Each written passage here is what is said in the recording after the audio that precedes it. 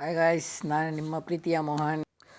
ಮಂಕಾಳಮ್ಮ ಟೆಂಪಲ್ಗೆ ಹೋಗೋಣ ಅಂತ ಯಾವತ್ತಿಂದನೂ ಅನ್ಕೊತಿದ್ದೆ.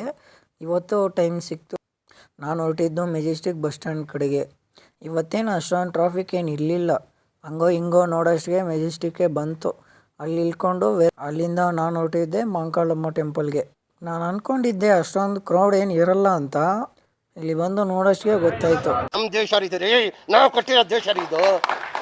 ಸರಿ ಆಯಿತು ಬಿಡಿ, ನೀವೇ ನೋಡಿ ಹೇಗೆ ರೆಡಿ ಮಾಡಿದಾರೋ ಅಂತ. ದರ್ಶನ್ ಸರ್ ಅಂತ ಸಿಕ್ಕಿದ್ರು ನಮ್ಮ ಟ್ರೈನರು. ಅವ್ರನ್ನ ಮಾತಾಡಿಸ್ಕೊಂಡು ಹಂಗೆ ಹೊರಟೆ. ನೋಡ್ಬೋದು ನೀವೇ ಹೇಗೆ ರೆಡಿ ಮಾಡೋರು ಅಂತ. ಅಲ್ಲಿಂದ ದರ್ಶನಕ್ಕೆ ಹೊರಟೆ.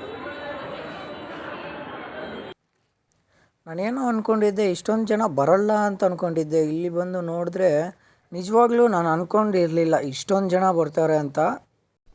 ಏನು ಅರ್ಥವೇ ಆಗ್ತಿಲ್ವೇ ಈ ಕೇಸು?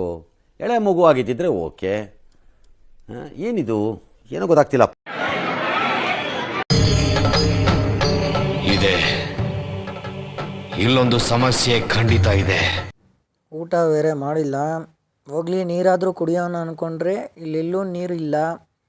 ನೋಡೋಣ ಆ ಕಡೆ ಏನಾದರೂ ಇದೆಯೋಣ ಅಂತ. ನೋಡಿ ನೀವೇ ಹೇಗಿದೆ ಪರಿಸ್ಥಿತಿ. ತಾಯಿ ಕೆಂಗಣ್ಣಿನವಳು ದೇವಿ ಬಂಡೆ ಕಾಳಿಯಮ್ಮ, ಕೆಂಗಣ್ಣಿನವಳು ದೇವಿ ಬಂಡೆ ಕಾಳಿಯಮ್ಮ. ಕೆಂಪು ಸೀರೆಯವಳು ಕೆಂಪು ಕುಂಕುಮದಮ್ಮ, ಕೆಂಪು ಸೀರೆಯವಳು ಕೆಂಪು ಕುಂಕುಮದಮ್ಮ.